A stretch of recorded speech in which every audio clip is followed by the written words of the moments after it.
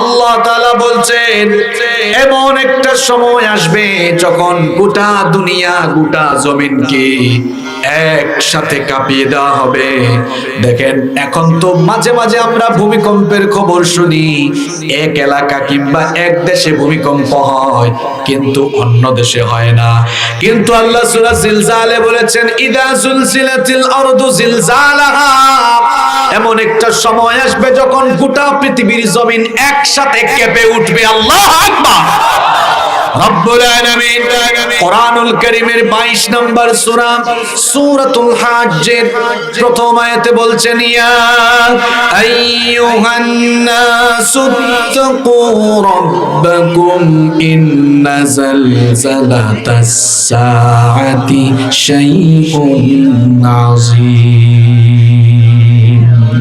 আল্লাহ তাআলা বলছেন ইয়া আইয়ুহান নাস, হে মানব জাতি, ইত্তাকু রাব্বাকুম, তোমরা তোমাদের রবকে ভয় করো। কোন রব? যে রব এমন একটা দিন আসবে যেই দিন তিনি গোটা জমিনকে একসাথে কাঁপিয়ে দিবেন, আর সেই কম্পন হবে ভয়াবহ কম্পন। এখন তো ভূমিকম্প হলে বিজ্ঞানীরা মেপে বলতে পারে এটা 7.6, 7.8, 8.2 রিক্টার স্কেলের ভূমিকম্প ছিল। আল্লাহ বলছেন এমন একটা বিরাট ভূমিকম্প হবে, এটা যে কত তীব্র মাত্রার হবে এটা কোন যন্ত্র দিয়েও কখনো পরিমাপ করা যাবে না। এতে আল্লাহ বলেছেন ইন্না জালজালাতাস সাআতি শাইউন আযীম, নিশ্চয়ই কিয়ামতের কম্পনটা হবে বিরাট কম্পন, ভয়াবহ, বিপজ্জনক, অত্যন্ত সাংঘাতিক কম্পন। কিয়ামতের দিন গোটা জমিন প্রকম্পিত হবে। তখন ইসরাফিল আলাইহিস সালাম সিংহায় ফুৎকার দিবেন। যখন আমিন একজন ফেরেশতা বানিয়েছেন, ওই ফেরেশতার নাম ইসরাফিল। ওই ফেরেশতাকে আল্লাহ মাত্র একটা দায়িত্ব সম্পাদনের জন্য বানিয়েছেন, তিনি শুধু সিংহায় ফু দিবেন।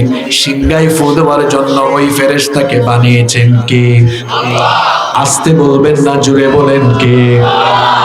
ওই ফেরেশতা, তাকে আল্লাহ বানানোর পর থেকে তার মুখের সামনে সিংহা নিয়ে কান পেতে আছেন। কখন আল্লাহ তাকে আদেশ করেন, যখনই আল্লাহ তাকে আদেশ করবেন সঙ্গে সঙ্গে তিনি সিংহায় ফু দিবেন।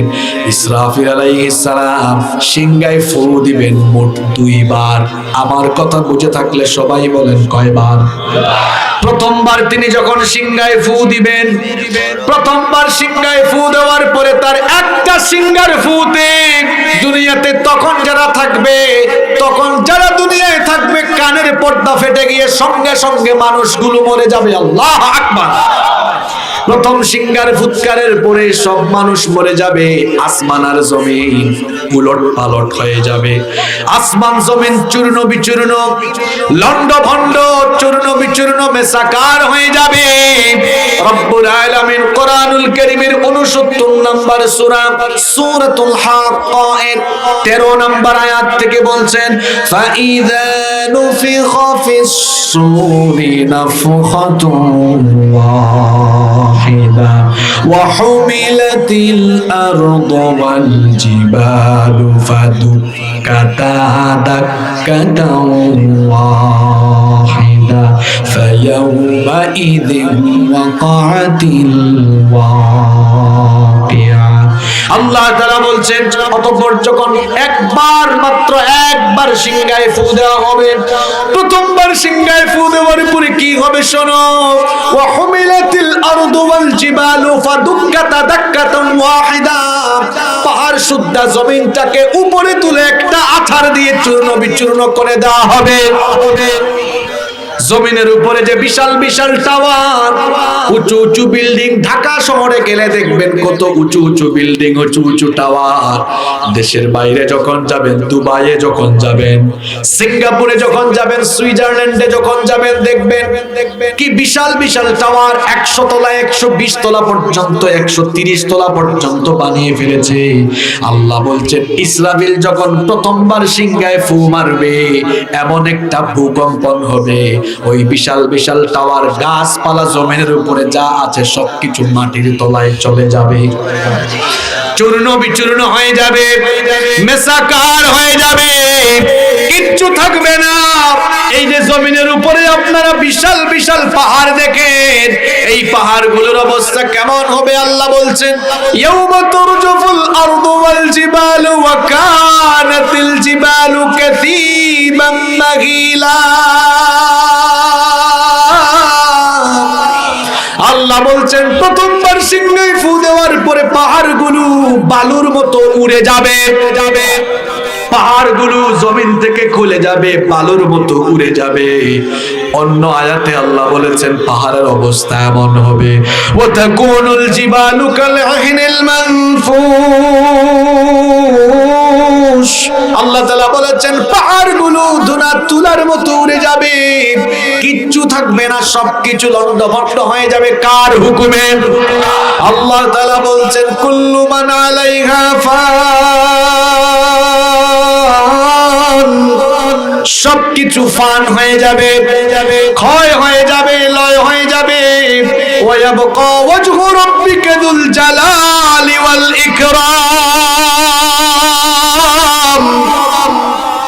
কেবলমাত্র একজন মহামহিয়ান সত্তা অবশিষ্ট থাকবেন। গলার আওয়াজ বড় করে বলেন, তিনি কে?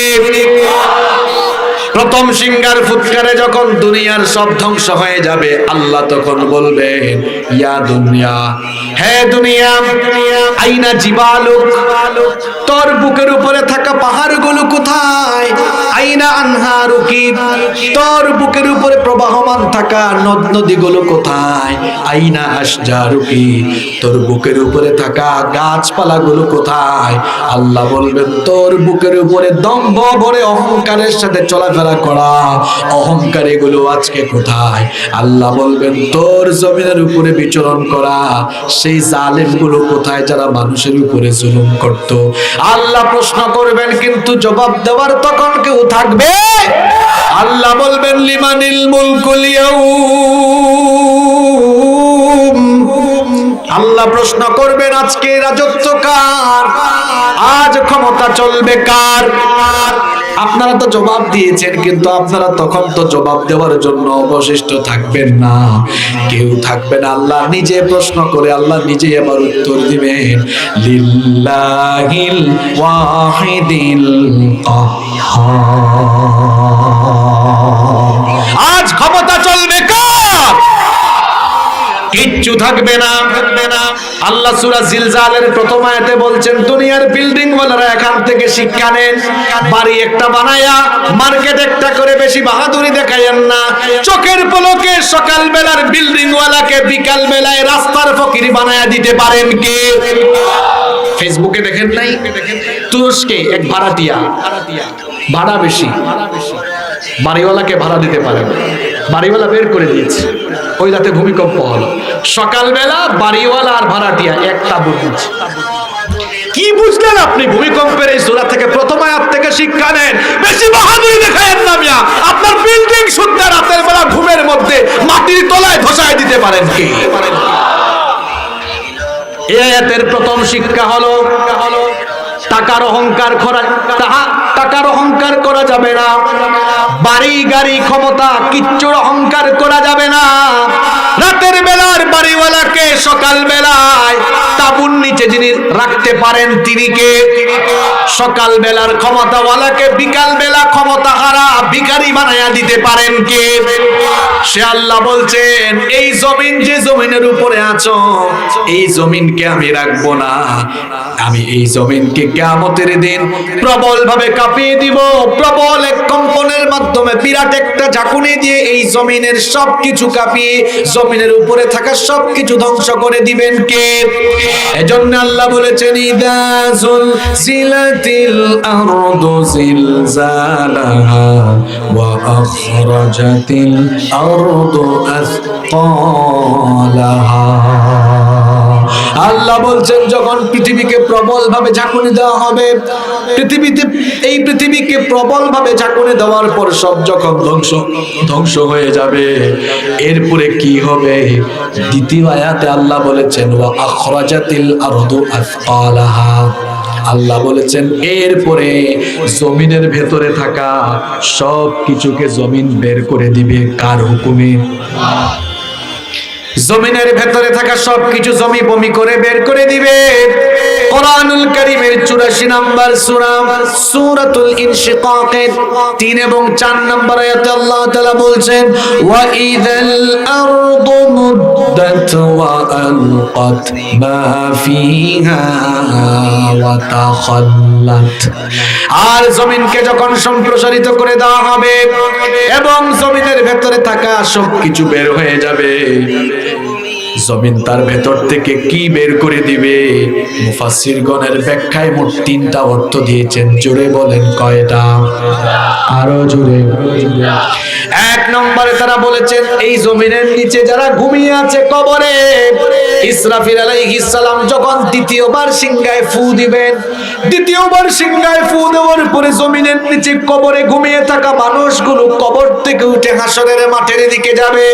রব্বুল আলামিন কোরআনুল কারীমের 39 নম্বর সূরা সূরাতুজ জুমারের 68 নম্বর আয়াতের শেষাংশে বলেছেন, সুম্মা নুফিখা ফীহি উখরা ফাইযা হুম কিয়ামুন ইয়ানদুরুন।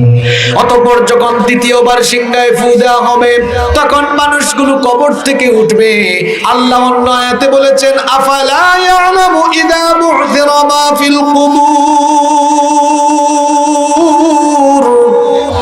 মানুষ কি ওই সময়টার কথা জানে না যখন মানুষকে কবর থেকে উঠানো হবে?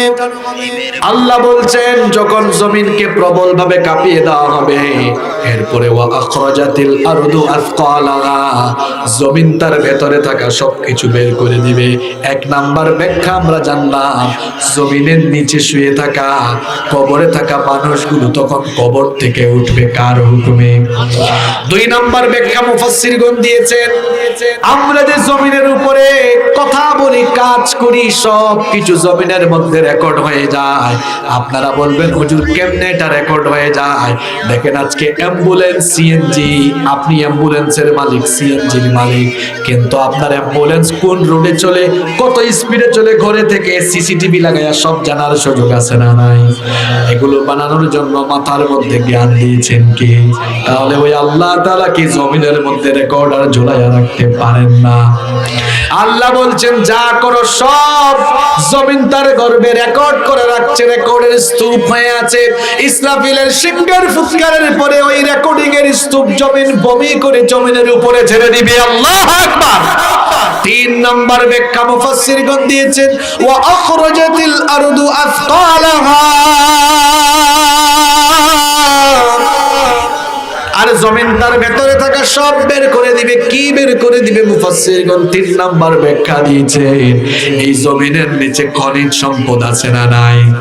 স্বর্ণ আছে, পাথর আছে, আরো বহু খনিজ সম্পদ আছে। এই খনিজ সম্পদের জন্য দুনিয়ার মানুষ সম্পদের জন্য ভাই ভাইকে মেরে ফেলে, মারামারি করে, মামলায় জড়িয়ে যায়, বিবাদে জড়িয়ে যায়। কিয়ামতের দিন ইসরাফিলের দ্বিতীয়বার সিংহার ফুৎকার পরে মানুষের সামনে দেখবে মানুষ সোনার পাহাড়, স্বর্ণের পাহাড়, রৌপ্যের পাহাড়, হীরা জহরত মনে মুক্তা, খনিজ সম্পদের পাহাড়। কিন্তু কিয়ামতের দিন এই খনিজ সম্পদ, ধন সম্পদ চোখের সামনে দেখেও কোনো মানুষ গিয়ে সম্পদ কালেকশন করবে না। এই যে আপনাদের বাঙ্গরা এলাকায় আগামীকাল সকালবেলা যদি এই জমিনের মধ্যে কয়েক বস্তা স্বর্ণ দেখা যায়, দেখা যাবে স্বর্ণগুলোকে লুটপাটের জন্য মানুষ মারামারি আরম্ভ করবে, কাটাকাটি আরম্ভ করবে, ঠিক কিনা? কিন্তু ইসরাফিলের দ্বিতীয় সিংহার ফুৎকারের পরে মানুষ কবর থেকে উঠে চোখের সামনে এত সম্পদ দেখবে, কেউ সম্পদের ধারে কাছেও যাবে না। কারণ কি? কারণ হলো ইয়াউমা লা ইয়ানফাউ মালু ওয়ালা বানুন, সেদিন ধন সম্পদ সন্তানাদি কোনো কাজে লাগবে। আল্লাহ বলছেন ওয়া আখরাজাতিল আরদু আথকালাহা। খুব খেয়াল করে শুনেন, আজকে প্রতিটা আয়াতে শিক্ষা আছে। আপনারা ভাববেন হুজুর আজকে এই সূরাটা নিলেন কেন? এই সূরা থেকে আজকে এমন কথা হবে, বাস্তবতার সামনে, চোখের সামনের সকল পরিবেশ একটু করে দেখবেন মিলে যাবে। আমলের কথা আছে, হেদায়েতের কথা আছে, জুলুমের কথা আছে, সবকিছুর কথা এই সূরার ভেতরে দিয়েছেন কে? আল্লাহ বলছেন ইযা জুলজিলাতিল আরদু জিলজালাহা, যখন তখন জমিনটাকে প্রবলভাবে প্রকম্পিত করা হবে। ওয়া আখরাজাতিল আরদু আসকালাহা, তখন জমিন তার পেটের ভেতরে থাকা সব কিছুকে বের করে দিবে। এরপরে আল্লাহ বলেছেন এই ভয়াবহ দৃশ্য মানুষ দেখে বলবে ওয়া ক্বালাল ইনসানু মা লাহা, মানুষ তখন বলবে হঠাৎ করে এর কি হলো। কবর থেকে উঠে দেখবে মানুষ, কোনো বিল্ডিং নাই, গাছপালা নাই, পাহাড় নাই, পর্বত নাই, সব একেবারে সমান হয়ে আছে। ভয়ঙ্কর অবস্থা দেখে মানুষ বলবে ভয়ঙ্কর অবস্থা কেন, এখন তো শরীরে কাপড় চোপড়, কবর থেকে মানুষ কেমনে উঠবে জানেন নাকি? নবীজি বলেছেন ইহশারুন নাসু ইয়াউমাল কিয়ামাতি হুফাতাম মুশাতান গারলা, কবর থেকে মানুষ উঠে যখন হাসরের মাঠে যাবে উলঙ্গ অবস্থায়, খাতনাবিহীন অবস্থায়, খালি পায়ে নগ্ন পদে উঠবে। আম্মা জান আয়েশা রাদিয়াল্লাহু আনহা এই কথা শুনে নবীজিকে বললেন ওগো আল্লাহর নবী, যদি গায়ে কাপড় চোপড় না থাকে আমার কি লজ্জা লাগবে না? কেমনে আমি উঠবো? নবীজি বললেন আয়েশা গো শোনো, কিয়ামতের দিন এত কঠিন, 9 কোটি 30 লক্ষ মাইল দূরের সূর্য মাথার একেবারে কাছে চলে আসবে, জমিন তামা হয়ে যাবে, মাথার চান্দি ফেটে গুনাহগারদের মগজগুলো বের হয়ে যাবে, মানুষগুলো এত হয়রান হবে, পিপাসার যন্ত্রণায় কাতর হয়ে গিয়ে জিহবা বের হয়ে কুকুরের মতো নাভিস্থল পর্যন্ত ঝুলে থাকবে। আল্লাহু আকবার। কঠিন সেই দিনে মানুষ কি আর উপরের দিকে তাকাবে, নিচের দিকে তাকায় যে নফসি নফসি আরম্ভ করবে, উপরের দিকে তাকানোর সাহস মানুষ করবে না। মানুষ কবর থেকে উঠে দেখবে কিচ্ছু নাই, মানুষ বলবে হায় হায় হায় কি হলো হঠাৎ করে, আজকে কি হলো? আল্লাহ সূরা ইয়াসিনের মধ্যে আরো সুন্দর করে বলেছেন কবর থেকে উঠে মানুষ বলবে ক্বালু ইয়া ওয়াইলানা মান বা'আসানা মিন মারকাদিনা, মানুষ কবর থেকে উঠে বলবে ইয়া ওয়াইলানা, দুর্ভোগ, আফসোস, মান বা'আসানা মিন মারকাদিনা, কে আমাদেরকে কবরের ঘুম থেকে ভাঙালো, কে কবর থেকে উঠায় দিল? আওয়াজ আসবে হাদা মা ওয়া'আদার রহমান, এটা হলো রহমানের ওয়াদা। রহমানকে আরো জোরে, রহমানকে আর রহমান আল্লামাল কোরআন খালাকাল ইনসান আল্লামাহুল বায়ান, রহমান হলেন তিনি, কোরআন শিখিয়েছেন যিনি, রহমান হলেন তিনি, ইনসান বানিয়েছেন যিনি, রহমান হলেন তিনি, কথা বলা শিখিয়েছেন যিনি। মানুষ কবর থেকে উঠে বলবে আজকে কি হলো, সব কেন ধ্বংস হয়ে গেল? আওয়াজ আসবে হাদা মা ওয়া'আদার রহমান, এটা রহমানের ওয়াদা করা দিন, কিয়ামত হবে, একদিন কিয়ামতের ঘটনা ঘটবে, এই ওয়াদা করেছেন কে? মানুষ যখন বলবে ওয়াকালাল ইনসানু মা লাহা, কি হলো এই দুনিয়ার? আওয়াজ আসবে হাদা মা ওয়া'আদার রহমান ওয়া সাদাকাল মুরসালুন, এটা রহমানের ওয়াদা, রহমান তার ওয়াদা মানুষকে জানিয়েছিলেন রাসূল দ্বারা, নবী দ্বারা, পয়গম্বর দ্বারা। আজকে নবী রাসূলদের সেই কথা সত্য হতে চলেছে, রহমানের ওয়াদা আজকে সত্য হতে চলেছে। আজকে সেই কিয়ামতের দিন যখন এই আওয়াজ মানুষের কানে আসবে, আপনারা বলেন তো বেনামাজি, পাপী তাপী, সুদখোর, ঘুষখোর, জালিম, পাপী তাপী লোকদের কলিজায় তখন ভয় বাড়বে না কমবে? এজন্য আল্লাহ বলেছেন এই কথা শোনার পরে এক শ্রেণীর মানুষের কলিজা কেঁপে উঠবে। কুলুবু ইয়াউমাইযিন ওয়াজিফাতুন আবসারুহা খাশিয়া, পাপিতাবিদের কলিজা কেঁপে উঠবে, চক্ষু নত হয়ে যাবে। কিন্তু এক শ্রেণীর মানুষ ইমানদার যারা, ভীত বিহব্বল হবে না তারা, আল্লাহ তাদের ব্যাপারে বলছেন লা ইয়াহজুনুহুমুল ফাযাউল আকবার ওয়া তাতালাক্কাহুমুল মালাইকা হাযা ইয়াউমুকুমুল্লাযী কুনতুম তুআদুন। আল্লাহু আকবার। ইমানদার যারা, ভীত বিহব্বল হবে না তারা, ইমানদারদেরকে ফেরেশতারা এসে বলবে, আল্লাহর বান্দা তোর জন্য কোনো ভয় নাই, টেনশন নাই, আল্লাহর জান্নাতে ঢোকার জন্য তুমি প্রস্তুত হয়ে যাও। আল্লাহ সেই সকল ইমানদারদের কাতারে আমাদেরকে শামিল করে দাও। হায় হায় হায়, আরো আস্তে বলেন আমিন, আরো আস্তে আমিন। এত সুন্দর সূরা হয়ে শুরু হয়েছে, আপনারা কি ঘুমায় যাচ্ছেন নাকি? আমি কি শেষ করে দিব? এই প্রথম 3টা আয়াত তো ভূমিকা দিলাম, এরপরে আপনারা আবার ভয় পাইয়েন না, খুব অল্প সময়েই শেষ হবে। আমিও অসুস্থ, লম্বা কথা বলতে পারবো না। এই এখন যে আয়াত বলবো, এই 4 নাম্বার আয়াত থেকে দারুণ কথা হবে, বলবো তো? আল্লাহ বলেছেন, ইযা জুলজিলাতিল আরদু জিলজালাহা, যখন জমিনকে প্রবল ভাবে প্রকম্পিত করা হবে, ওয়া আখরাজাতিল আরদু আথকালাহা, এরপরে জমিন তার ভেতরে থাকা সব কিছুকে বের করে দিবে। ওয়া ক্বালাল ইনসানু মা লাহা, কবর থেকে উঠে মানুষ বলবে, হায় হায় আজকে কি হলো? আল্লাহ তাআলা বলছেন, ইয়াউমা ইদিন তুহাদ্দিসু আখবারাহা। যুবকরা আছে নাকি এখানে? হ্যাঁ, যুবকরা ভালো করে শুনবেন ভাই। আল্লাহ বলছেন, ইয়াউমা ইদিন তুহাদ্দিসু আখবারাহা, সেদিন জমিন সব খবর বলে দিবে। খবর, প্রশ্ন হতে পারে কিসের খবর? নবীজি সাহাবীদের সামনে এই আয়াত তেলাওয়াত করলেন, এরপরে নবীজি সাহাবীদেরকে প্রশ্ন করলেন, ও আমার সাহাবীরা, আতাদরুনা মা আখবারুহা, তোমরা কি জানো নাকি জমিনের খবর কি? সাহাবীরা তখন বললেন, আল্লাহু ওয়া রাসূলুহু আ'লাম, এ ব্যাপারে আল্লাহ এবং তার রাসূল সবচাইতে ভালো জানেন।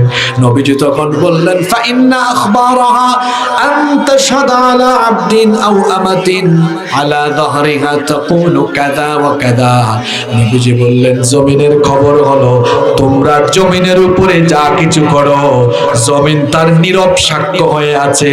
কিয়ামতের দিন তোমাদের সকল কাজকর্ম জমিন আল্লাহর কাছে ফাঁস করে দিবে। ভালো করে শুনেন, এই জমিনের উপরে জিনা করিয়েন না। এখন জমিন নীরব, জমিন নিরীহ, জমিনের জবান বন্ধ, আমাদের জবান খোলা। কিয়ামতের দিন হবে উল্টা, আমাদের জবান বন্ধ, জমিনের জবান খুলে দিবেন কে? আপনারা বলবেন, হুজুর আমাদের জবান যে বন্ধ হয়ে যাবে এই কথা আপনি পাইলেন কোথায়? আসেন, কোথায় পাইলাম দেখাই। আল্লাহ বলেছেন, আল ইয়াউমা নাখতিমু আলা আফওয়াহিহিম ওয়া তুকাল্লিমুনা আইদিহিম ওয়া তাশহাদু আরজুলুহুম বিমা কানু ইয়ামালুন। এই আয়াতগুলো বুঝলে কোনো মানুষ এই জমিনের উপরে আর গুনাহ করার কথা না। আল্লাহ বলছেন, এর চেয়ে বড় ওয়াজ আর কি হতে পারে আমাকে বলো। আল্লাহ বলছেন, শোনো, কিয়ামতের দিন তোমার জবান আমি বন্ধ করে দেব, এরপরে আমি তোমার হাতের জবান খুলে দিব। এই হাত কথা বলবে তুমি কি করেছো, এই হাত দিয়ে কত দাড়িওয়ালা লোককে পিটিয়েছো, এই হাত দিয়ে কত আলেমদের হাতে হাত করার পায়ে ডান্ডা মেরে লাগিয়েছো, হাত আল্লাহর কাছে বলে দিবে। এই হাত দিয়ে কলম ধরে, এই কলম দিয়ে সাংবাদিকতার নামে সাংঘাতিকতা করে ইসলামের বিরুদ্ধে কত রিপোর্ট করেছো, তোমার হাতের আঙ্গুলের মাথা আল্লাহর কাছে সব ফাঁস করে দিবে। দুনিয়ার বিচার আর আল্লাহর বিচারের সিস্টেম একরকম না, আলাদা। দুনিয়ার বিচারের সাথে আল্লাহর বিচারের কোনো মিল নাই।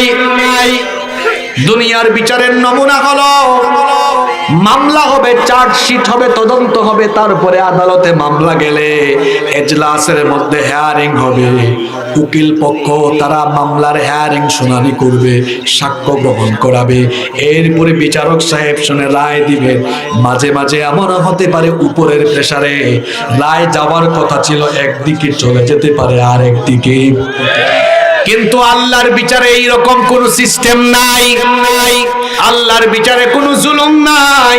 আমরা মাঝে মাঝে বিচারের নামে অবিচার করে মানুষের উপরে জুলুম করি। আমরা মাঝে মাঝে বিচারের নামে অবিচার করে নিরপরাধীকে অপরাধী বানাই আর অপরাধীগুলোকে নিরপরাধী বানাই।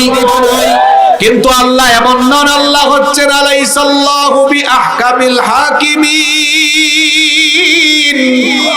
তিনি শ্রেষ্ঠ বিচারক, তিনি কারো উপরে বেইনসাফি করেন না, জুলুম করেন না। এই দুনিয়াতে জন্ম থেকে নিয়ে মৃত্যু পর্যন্ত আমি আর আপনি যা করেছি সব আল্লাহ জানেন কি জানেন না?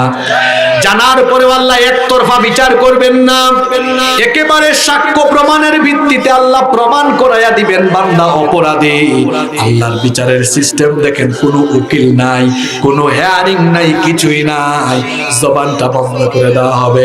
আল্লাহ বলছেন তোমার হাত কথা বলবে, এই হাত সব কুকর্ম ফাঁস করে দিবে। হাত দিয়ে কোথায় কোথায় অপকর্ম করেছো, এই হাত দিয়ে কোথায় চাঁদাবাজি করেছো, এই হাত দিয়ে কোথায় কোথায় হাতের অপব্যবহার করে জুলুম করেছো, হাত বলে দিবে, পা বলে দিবে, পা দিয়ে হেঁটে হেঁটে হেঁটে হেঁটে কোথায় গিয়ে কি করেছো পা বলবে। অন্য আয়াতে আল্লাহ বলেছেন হাত্তা ইদা মা জাউহা শাহিদা আলাইহিম সামউহুম ওয়া আবসারুহুম ওয়া জুলুদুহুম বিমা কানু ইয়ামালুন। শুধু হাত আর পা নয়, আল্লাহ বলেছেন শাহিদা আলাইহিম সামউহুম, তোমাদের এই কান কথা বলবে। এ যুবক তরুণ ছাত্র ভাইয়েরা শোনো, তোমাদের ওয়াজ চলে এসেছে। এই কানের মধ্যে ইয়ারপড লাগায়া, হেডফোন লাগায়া যে সারাদিন গান শোনো, ঝাঁকানাকা ঝাঁকানাকা শোনো, এই কার এগুলো সব বলে দিবে কার কাছে? খবরদার আমার যুবক ভাইয়েরা, এই কান আল্লাহর নিয়ামত, এই নিয়ামতের অপব্যবহার করে নিষিদ্ধ কোনো জিনিস শোনো না। কানের মধ্যে ফোন লাগায়া অপরিচিত মেয়েদেরকে ডিস্টার্ব করার জন্য ফোন লাগাইও না, হারাম রিলেশন করো না, কান দিয়ে কোনো বাজে কথা শোনো না, কারণ এই কান সবকিছু একদিন ফাঁস করে দিবে কার কাছে? এরপরে আল্লাহ বলেছেন তোমার চোখ কথা বলবে। খবরদার, চোখ আল্লাহর নিয়ামত, এই নিয়ামতের অপব্যবহার করবেন না। কিছুদিন আগে একজন অন্ধ মানুষের সাথে আমার দেখা হয়েছে, যিনি জন্মের পর থেকে চোখে দেখেন না। আমি তাকে বললাম, ভাই আপনি যে জন্মের পর থেকে চোখে দেখেন না, আপনার কি খারাপ লাগে না? আমাকে বলে, না হুজুর আমার খারাপ লাগে না। বললাম, এত মানুষকে আল্লাহ চোখের আলো দিলেন, আল্লাহ আপনাকে চোখের আলো দিলেন না, আল্লাহর উপরে কি আপনার কোনো অভিযোগ নাই? বলল, না আমার কোনো অভিযোগ নাই। আমি বললাম, খারাপও লাগে না, আল্লাহর উপর অভিযোগ দিতেও ইচ্ছে হয় না, কারণটা কি? সে তখন উত্তর দিয়েছে কি দেখেন, উত্তর দিল, আপনি হুজুর, হুজুর হলে কি হবে, আপনার তো চোখ আছে, চোখ দিয়ে গুনাহ করার সুযোগ আছে। আমি তো অন্ধ মানুষ, চোখের আলো নাই, আমার জন্য চোখ দিয়ে গুনাহ করার কোনো সুযোগ নাই। কথা তো ঠিকই আছে। এই রাস্তা দিয়ে যদি বেগানা কিছু নারী যায়, আমাদের যাদের চোখ আছে পরনারীর দিকে আমরা তাকিয়ে চোখের জেনা করার সুযোগ আছে, কিন্তু অন্ধ মানুষ সে তো চোখ দিয়ে দেখার কোনো সুযোগ নাই, গুনাহ করার সুযোগ। আমাদের হাতে হাতে ফোন আছে, স্মার্টফোনের দিকে আমরা তাকিয়ে আজে বাজে ভিডিও দেখার সুযোগ আছে, কিন্তু অন্ধ যে ব্যক্তি যে চোখে দেখে না, তার তো সেই আজে বাজে ভিডিও দেখার কোনো সুযোগ। এজন্য আমার যুবক তরুণ ছাত্র ভাইদেরকে বলবো, খবরদার খবরদার ভাইয়েরা, চোখের খেয়ানত করো না। চোখের খেয়ানত মানুষের চোখে ধরা না পড়লেও একজন দেখেন তিনি কে? কালো চশমা লাগাইয়া কালো চশমার ফাঁক দিয়ে মেয়েদের দিকে তাকায়। কালো চশমার ভেতরে কোন দিকে তাকাও পাবলিক জানে না, জানেন কে?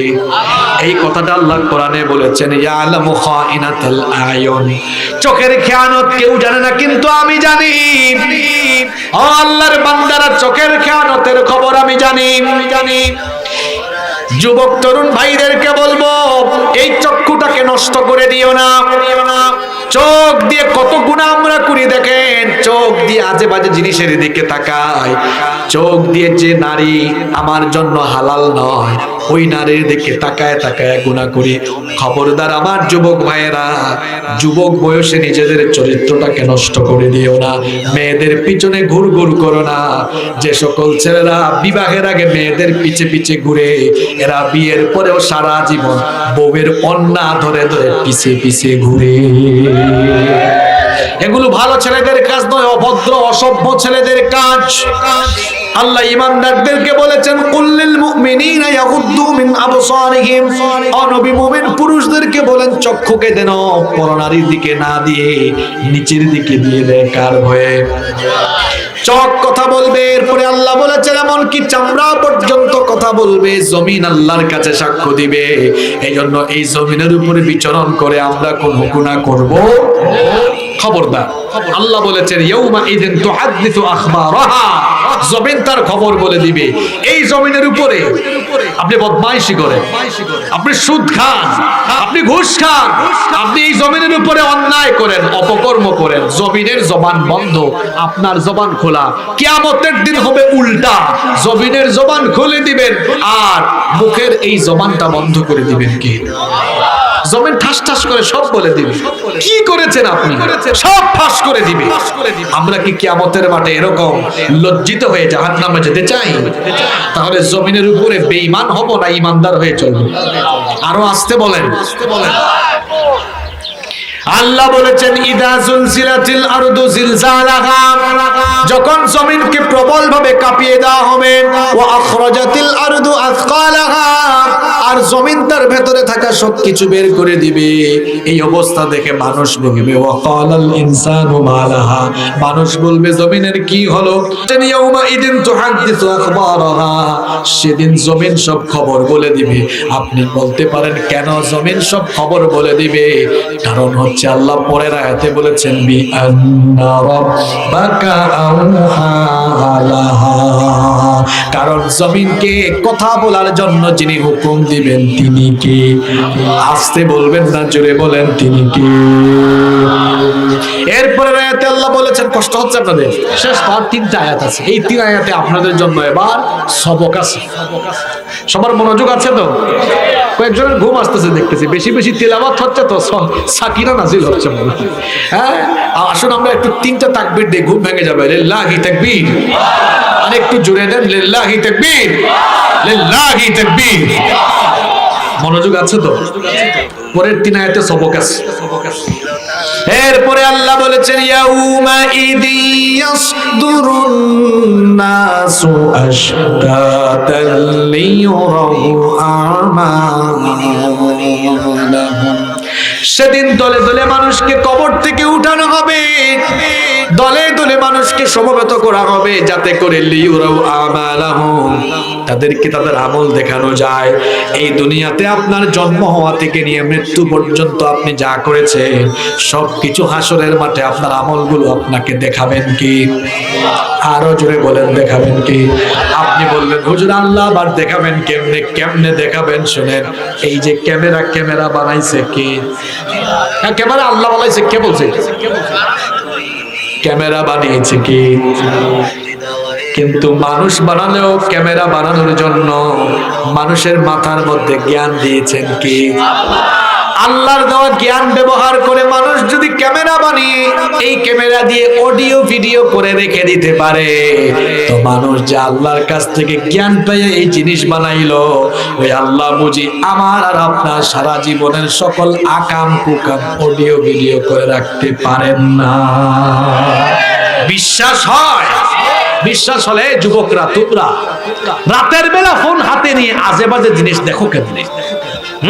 তোমার মনে কি এই ভয়টা নাই? দিলে কি এই চিন্তা আসে না যে আমার সব কুকর্ম আল্লাহর সিসিটিভিতে রেকর্ড হয়ে যাচ্ছে? এই চিন্তা থাকলে কেউ গুনাহ করতো? পাপের ধারে কাছে যাইতো? আল্লাহ বলেছেন সব আমি দেখাবো। সব কিছু মানুষ তার চোখের সামনে দেখবে, মানুষের হাতে হাতে আল্লাহ আমলনামা দিয়ে দিবেন। আমাদের প্রত্যেকের হাতে কিয়ামতের দিন আমলনামা দিবেন কে? দল হবে মাত্র দুইটা, ফারিকুন ফিল জান্নাতি ওয়া ফারিকুন ফিস সাঈর। একটা জান্নাতি দল, আরেকটা জাহান্নামী দল। জান্নাতি যারা সামন থেকে ডান হাতে আমলনামা গ্রহণ করবে তারা, জাহান্নামী যারা পেছন থেকে বাম হাতে আমলনামা গ্রহণ করবে তারা। আমলনামা দেখার পরে জান্নাতি আর জাহান্নামীরা কারা কি বলবে?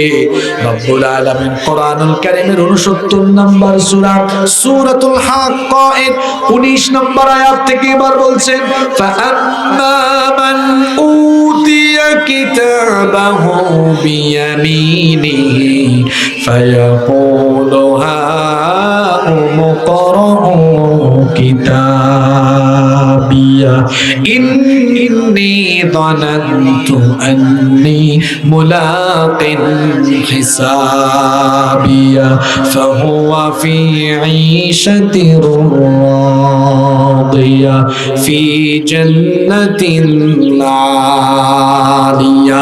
আল্লাহ তাআলা বলছেন জান্নাতি যারা সামন থেকে ডান হাতে আমলনামা পাবে, তারা আমলনামা হাতে পাওয়ার পরে তারা কি বলবে শুনেন। এই তো মাত্র কয়েকদিন আগে এইচএসসি পরীক্ষার রেজাল্ট দেওয়া হয়েছে। এখন বলেন তো, যে ছেলেটা A+ পেয়েছে তার মার্কশিটটা সে মানুষকে আনন্দের সাথে দেখাতে চাইবে কি চাইবে না? জান্নাতীরা আমলনামা হাতে পেয়ে দেখবে, হায় হায় আমার 5 ওয়াক্তের নামাজ লেখা, তাহাজ্জুদের নামাজ লেখা, সব ভালো ভালো জিনিস লেখা। সে তখন আমলনামা হাতে পেয়ে বলবে, দেখো দেখো দেখো দেখো আমার আমলনামা পড়ে দেখো, আমার আমলের দিকে সবাই তাকাও।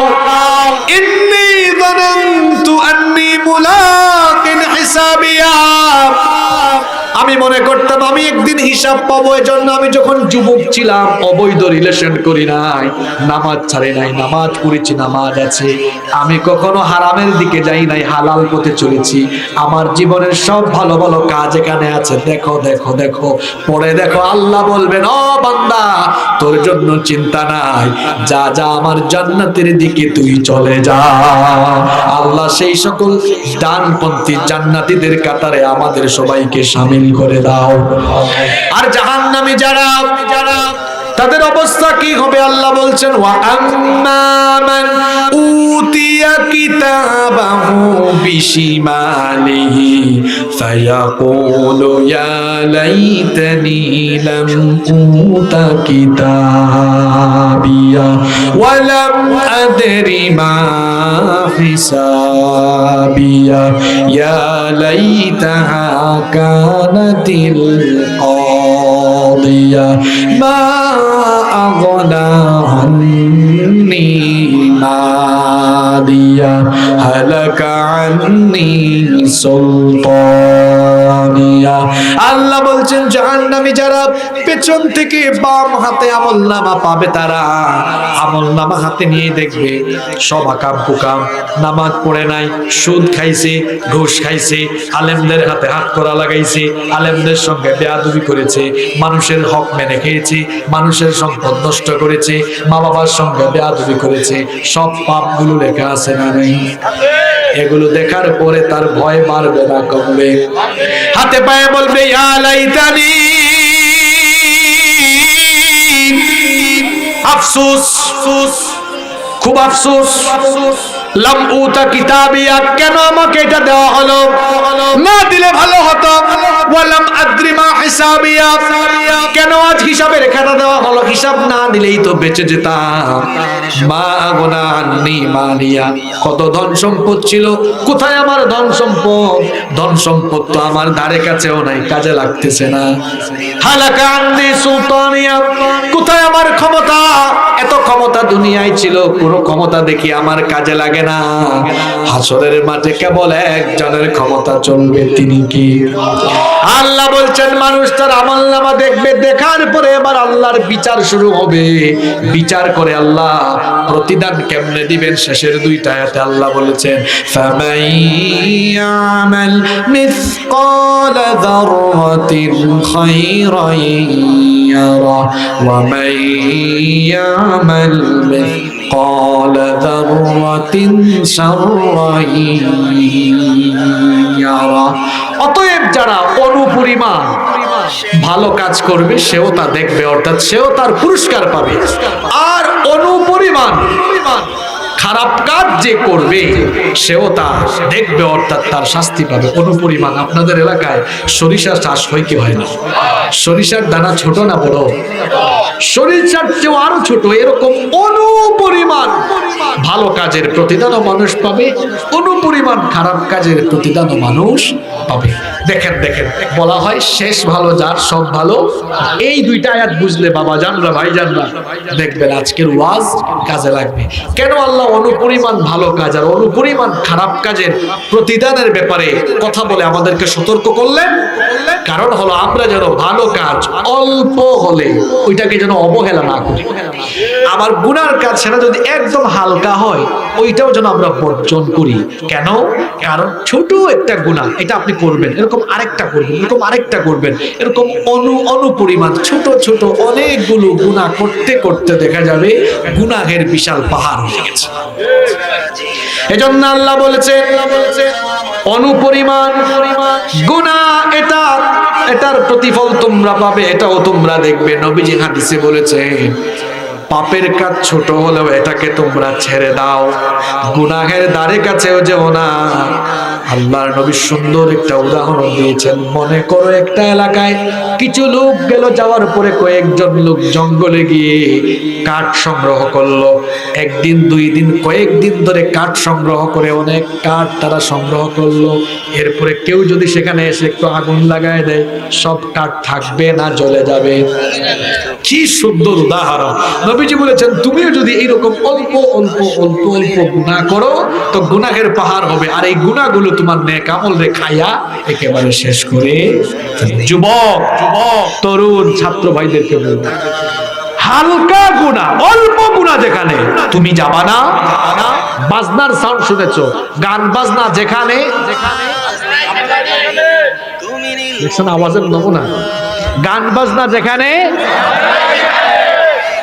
মাদক যেখানে,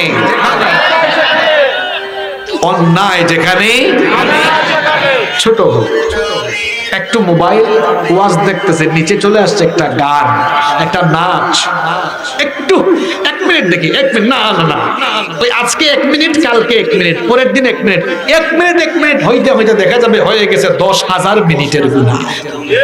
ঠিক কি না? এই জন্য গুনার কাজ 1 সেকেন্ড, 1 ন্যানো সেকেন্ডের গুনাহ করা যাবে, ভালো কাজ অল্প হোক ত্যাগ করা যাবে। নবীজি বলেছেন পিপাসার্ত মানুষকে পানি পান করাও এটাও ভালো কাজ, এই কাজকেও হালকা মনে করো না। কোন ভালো কাজকে হালকা মনে করা যাবে না। একটা ঘটনা আমার মনে পড়ে গেছে, ঘটনাটা কি বলবো, দেখেন দুইটা ঘটনা, একটা না দুইটা বলি। একজন নামাজি মহিলার ঘটনা। নামাজি রোজাদার সবকিছু ঠিকঠাক আছে, কিন্তু ওই মহিলা তার বাড়ির একটা বিড়ালকে বেঁধে রাখতো, খাবার দিত না।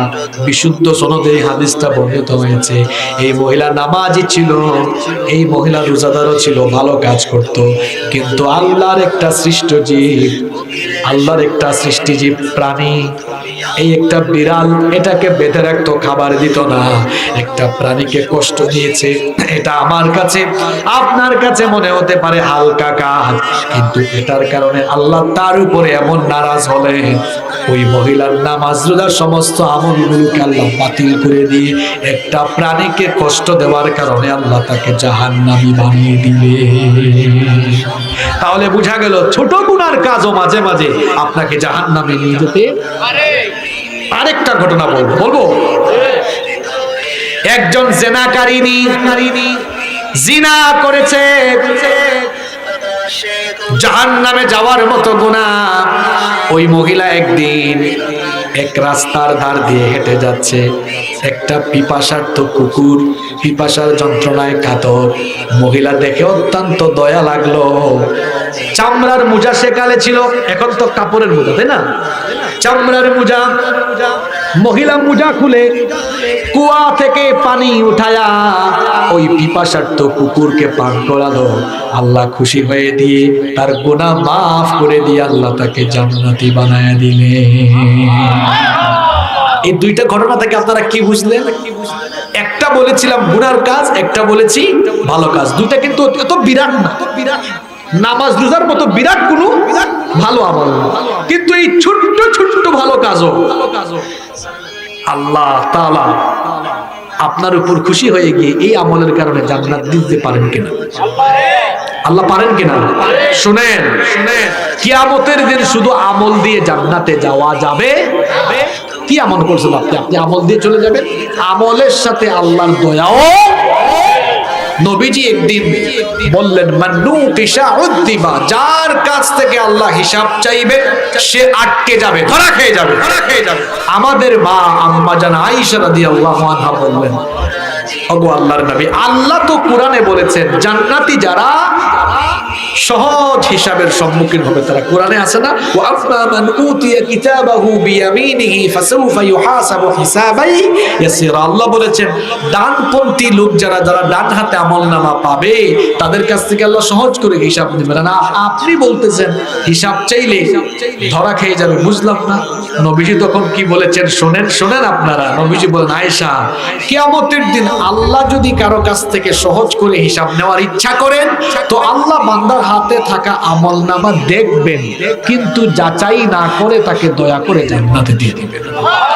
আচ্ছা, আপনারা এখনো বুঝেন না, এই জন্য সুবহানাল্লাহর আওয়াজ বড় হয় না, বুঝাই দেই। মনে শোনেন বুঝা সুবহানাল্লাহ পড়েন, আনা বুঝান।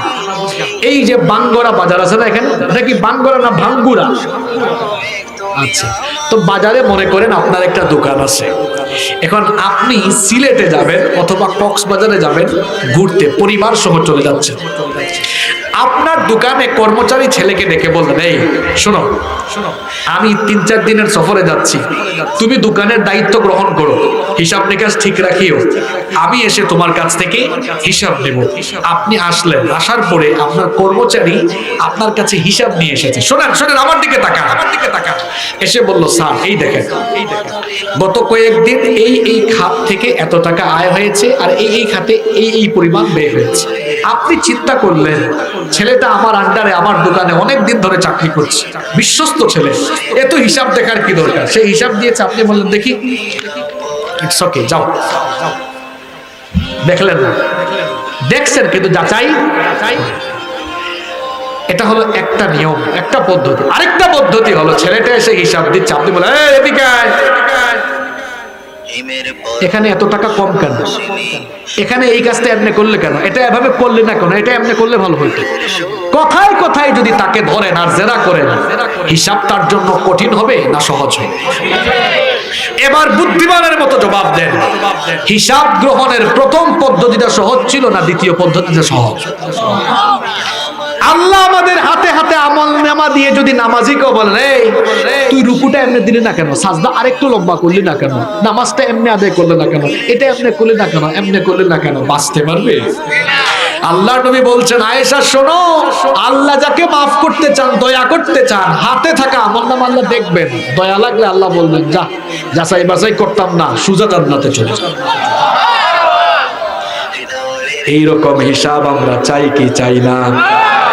আপনি চাইলে, আপনি যদি নাও চান, চেয়েছেন, নবীজি দোয়া করতেন, আল্লাহুম্মা হাসিবনি হিসাবান ইয়াসীরা।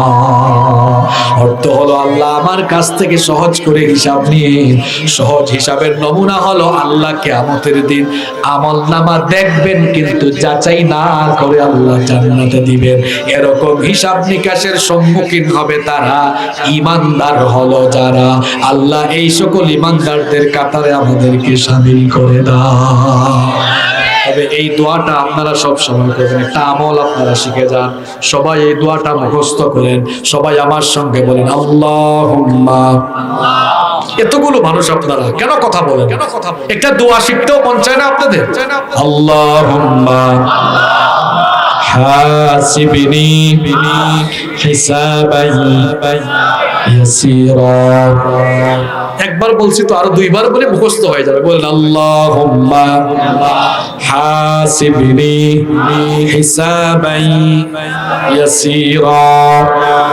আল্লাহুম্মা হাসিবনি হিসাবান ইয়াসীরা।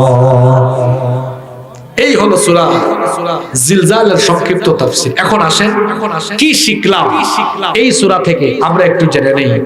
এই সূরা থেকে আমরা 6টা জিনিস শিখেছি। কয়টা? এই 6টা জিনিস মুখস্থ করতে পারবেন না? 1 নাম্বার, আমরা শিখেছি প্রথম আয়াত থেকে শিখেছি যে জমিনের উপরে আছি, এই জমিনকে আল্লাহ যে কোনো সময় কাঁপাই আমাদেরকে ধ্বংস করে দিতে পারেন।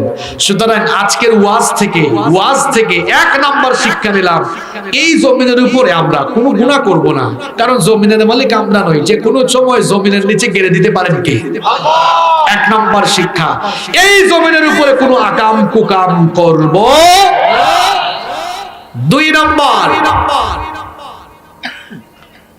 যে ধন সম্পদের জন্য আমরা এত মারামারি করি, ধন সম্পদ কামাইতে গিয়ে নামাজও পড়ি না। দুই নম্বর আয়াতে কি পড়ছিলাম আমরা? যে জমিন সব বের করে দিবে। মানুষ ধন সম্পদ দেখে তাকাবেও না, নফসি নফসি নফসি। সুতরাং ওই সম্পদের জন্য দুনিয়ায় নামাজ কাজা করব না, ওই সম্পদের জন্য ঘুষ খাবো না, দুর্নীতি করব না, হারাম পথে সম্পদ কামাবো। হারাম খাইলে তো বডি হারাম, এই হারাম বডি নিয়ে হজে গেলেন দোয়া কবুল হবে? ইবাদত কবুলের পূর্ব শর্ত হলো হালাল খাওয়া। হারাম খাইয়া হাজি সাহেব হজ কইরা কোনো লাভ হবে? কয় নাম্বার শিক্ষা?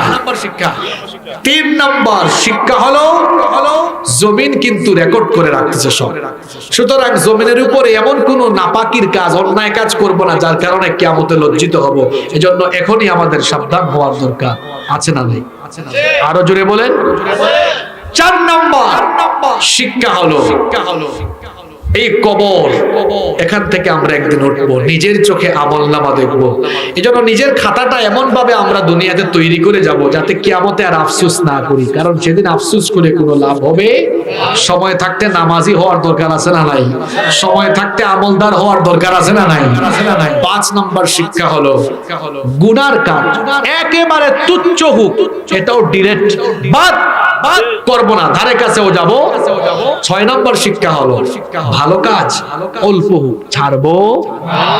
বলেন তো, এই যে ছয়টা শিক্ষা আজকের আলোচনা থেকে আমরা শুনলাম, এই ছয়টা কাজ যদি আমরা ডেইলি ঠিক রাখতে পারি, আমরা জান্নাতে যাওয়ার সুযোগ আছে না নাই? আসুন সূরা জিলজালের আলোকে যে ছয়টি জিনিস আমরা শিখলাম, এর আলোকে আমরা আমাদের জীবন পরিচালনা করি। আল্লাহ তাআলা আমাদের সকলকে, সবাইকে সেই তৌফিক দান করেন। আমরা সবাই বলি আমিন।